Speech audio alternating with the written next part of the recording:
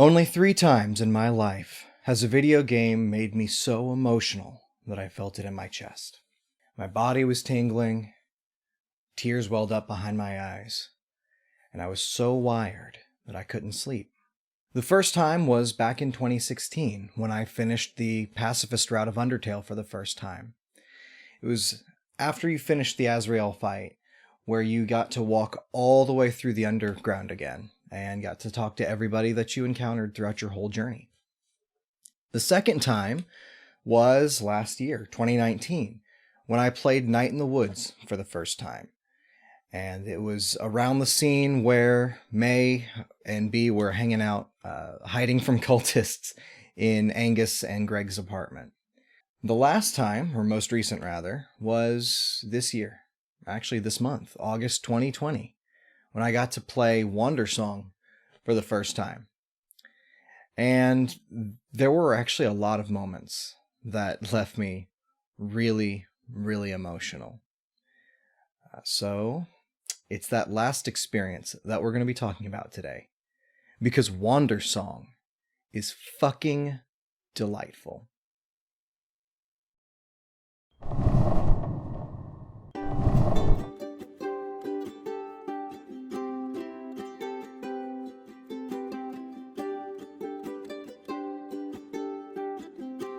In Wandersong, you play as the bard at the beginning of the end of the world. On your journey, you end up meeting a grumpy witch, starting a band, sailing the seas with pirates, but not before ordering a stupid amount of coffee beans, ending a war, and climbing a mountain. Well, I guess you learn to talk to ghosts, unite the world with your music, and prevent the apocalypse too. You know, normal bard stuff. The bard's goal... I'm going to get really tired of referring to him as the bard, so I'm just going to call him by his canonical name, which is Kiwi. At least, that's what it is according to the developer commentary. Okay, so Kiwi's goal is to collect the pieces of the world-saving Earth Song from 7 overseers that rule over the natural order. Here's the thing, though. It's way harder than it sounds. The first overseer just straight up refuses to give Kiwi his piece of the song, not once, not twice, but all 3 times that he meets him. Thankfully, the second overseer is much nicer and let Kiwi have her piece. And as for the third one... Dead! Oh yeah, this bitch. You see this asshole with the big sword and the long scarf? Yeah, that's the hero. Kiwi's not the hero of his own story by any means. That glory goes to Audrey Redheart, who was granted the magic lightning sword from the game's prologue and dubbed the hero by an envoy of Aya. Aya is this game's creation goddess. Funny enough, all of this game's achievements are based on things that Audrey does, not Kiwi, even though you only play as her for a very, very short amount of time. Her job as hero is to kill the overseers and bring about Aya's will. There is a huge downside to this part of the quest, though. The death of the last overseer brings upon it the end of the world. Of course, Audrey doesn't see this as a problem. She's doing her job. Killing overseers is what she's supposed to do.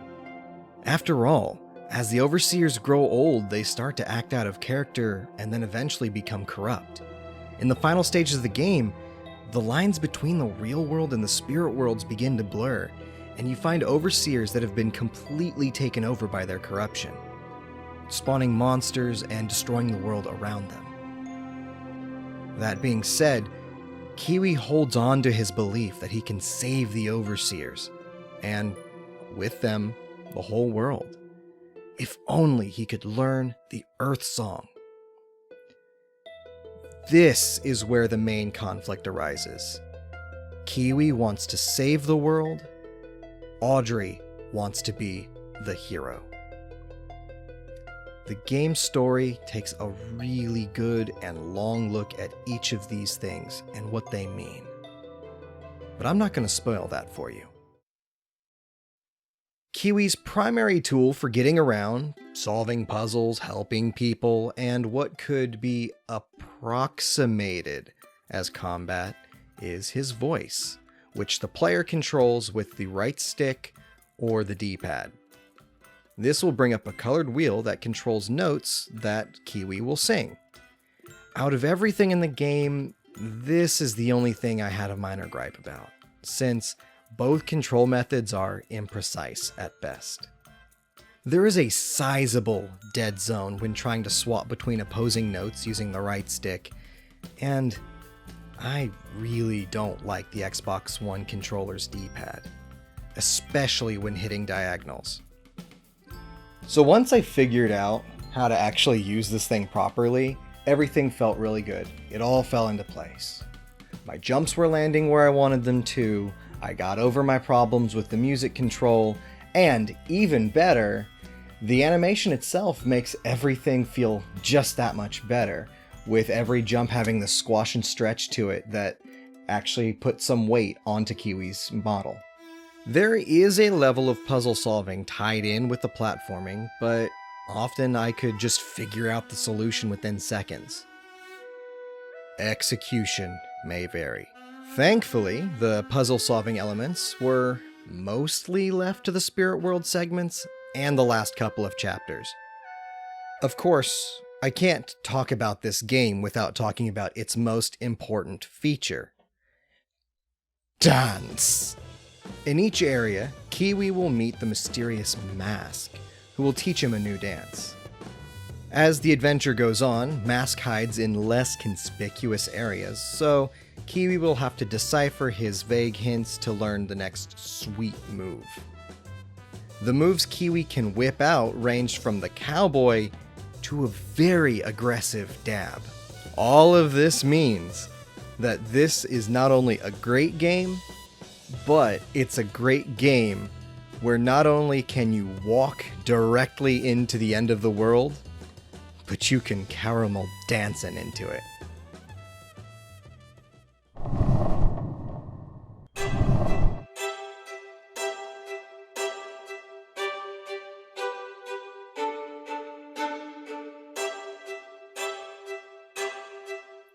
The same night that I finished Wandersong for the first time, my family also watched Tolkien for the first time.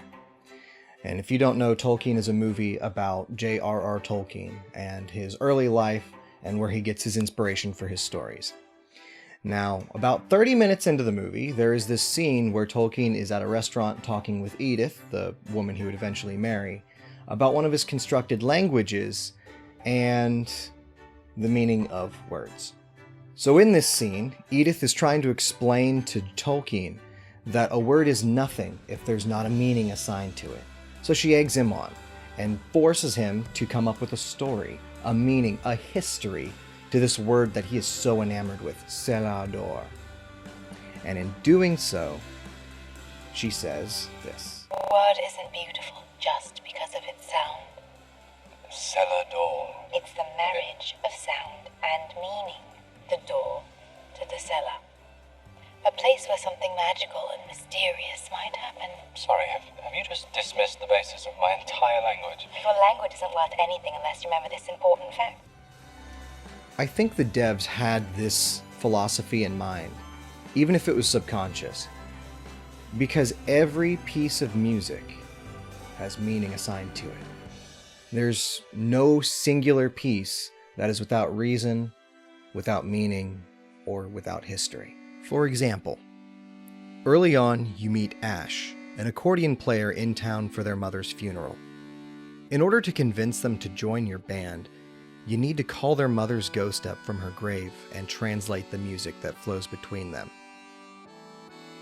This is among one of the most powerful musical moments of the game, and it really sets the tone. Not only that, but it feels like there's history and meaning behind this piece. it's not just a somber accordion song.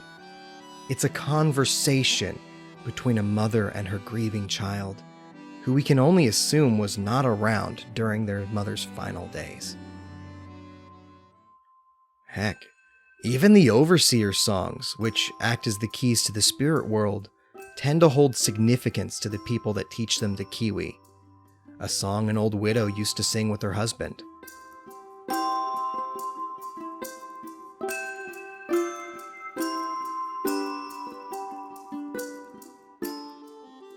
A piece a mother used to teach her child how to play the accordion.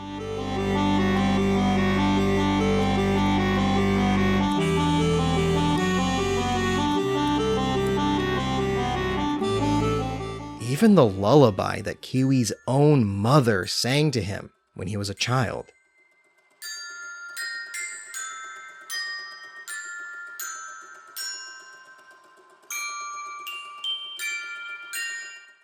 It's touches like this that make me really love this game, and it makes the world that it takes place in feel more lived in and more real.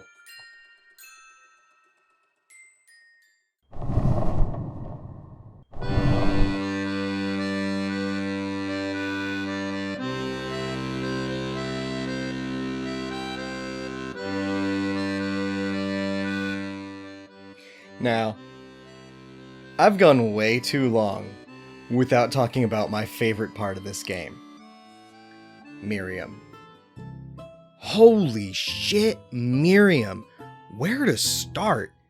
Well, you meet her just outside of Langtree at the very beginning of the game, where she quite aggressively hounds you for the Overseer song. She starts off loud and grumpy, and could really do without more human contact than is absolutely necessary. Soon, though, she'll be gathering information in Kiwi's stead while he grapples with the realization that he's not the hero after all. Sure, for much of the game, she mechanically acts as your ferry between acts as well as your hint guide. But what if I told you she was so much more than that? While it's true that her role starts off as more of a side character, she ends up realizing this by the fourth act and despises Kiwi for it. As the story goes on, though, Miriam gets a chance to think about the situation and realizes that while she still feels slighted for being relegated to side character, she couldn't have made it that far without Kiwi, nor he without her. This comes during the strongest scene in the entire game. It's very late in the game, at the end of Act 5. Miriam and Kiwi are in the capital city of Shandish, a homeland to the witches. During your stay, Miriam says that she feels out of place, alone in a country that should feel like home. Between feeling inadequate and missing her grandma, she starts getting really down on herself.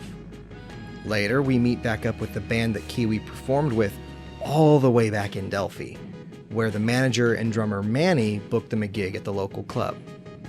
Here, we find Miriam enjoying herself. Actually enjoying herself. She starts talking about her journey towards self-actualization, and she openly enjoys herself. This is something that she has avoided doing the entire game. This is also where we learn that Kiwi isn't always so happy-go-lucky. We get a taste of it in Act 4, but it comes back in 5 and then later in Act 7. He has to actively try to stay happy for everyone's sake. He truly wants to make a difference in the world and can't for the life of him understand why someone like Audrey would be chosen to be the hero. He's scared of being a failure and yet forces himself to try. They are actively breaking the rules that govern the universe, and it seems that they're at a disadvantage every step of the way.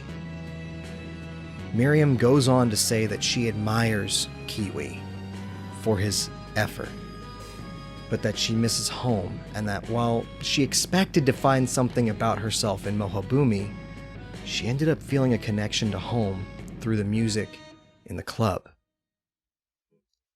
At the end of this chapter, after getting severely injured by Audrey, Miriam decides to go home to Delphi to spend time with her grandma, who, up until this point, has been defending the town from monsters by herself. This leaves Kiwi to face the penultimate peril alone. Miriam's story and growth help contextualize the overall story and add contrast to Kiwi's usually cheerful demeanor. During Kiwi's highest moments, singing with the band in Delphi or sailing with the crew of the Lady Arabica, Miriam is at her lowest, feeling perturbed, useless, and homesick. As Kiwi grows and figures out his role in this twisted story, so does Miriam. And it brings her back into the fray in the final mad dash to protect the Dream King back in Langtree. And during the climax of the Wandersong, she takes center stage, singing her heart out.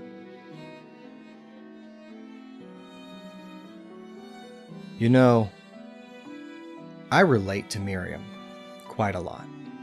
She's intelligent, she is talented with her magic, but she has self-confidence issues. She gets down on herself a lot.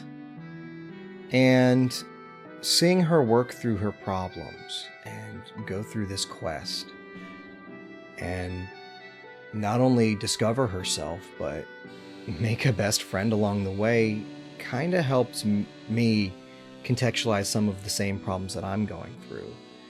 And it's quite powerful. I feel like everyone is either in need of a friend like Miriam, someone that they just need to extend a hand to, or are like Miriam and really need that friend.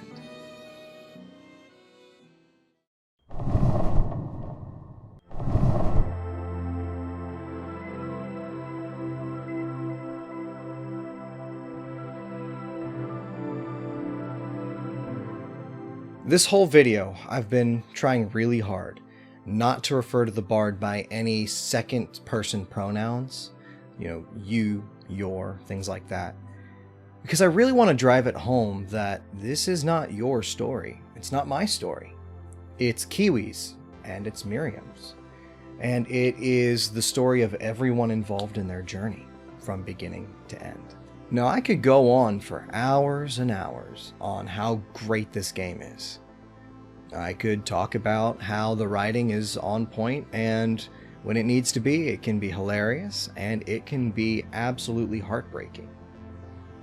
I could go into detail about every single one of these characters, full deep dive. I could go into the logistics on trading coffee instead of rum as a pirate. But I'm not going to do that. I'm not going to do any of that. Because I really think that this game needs to be experienced. Right now, it's on Xbox Game Pass. That's actually how I played it. But it's also just $20 on Steam. The link will be in the description and in the pinned comment. At its core, Wandersong is about people. It's about doing the right thing. It's about making people's lives better. Above all, though, it's about never giving up on yourself. And it's fucking delightful.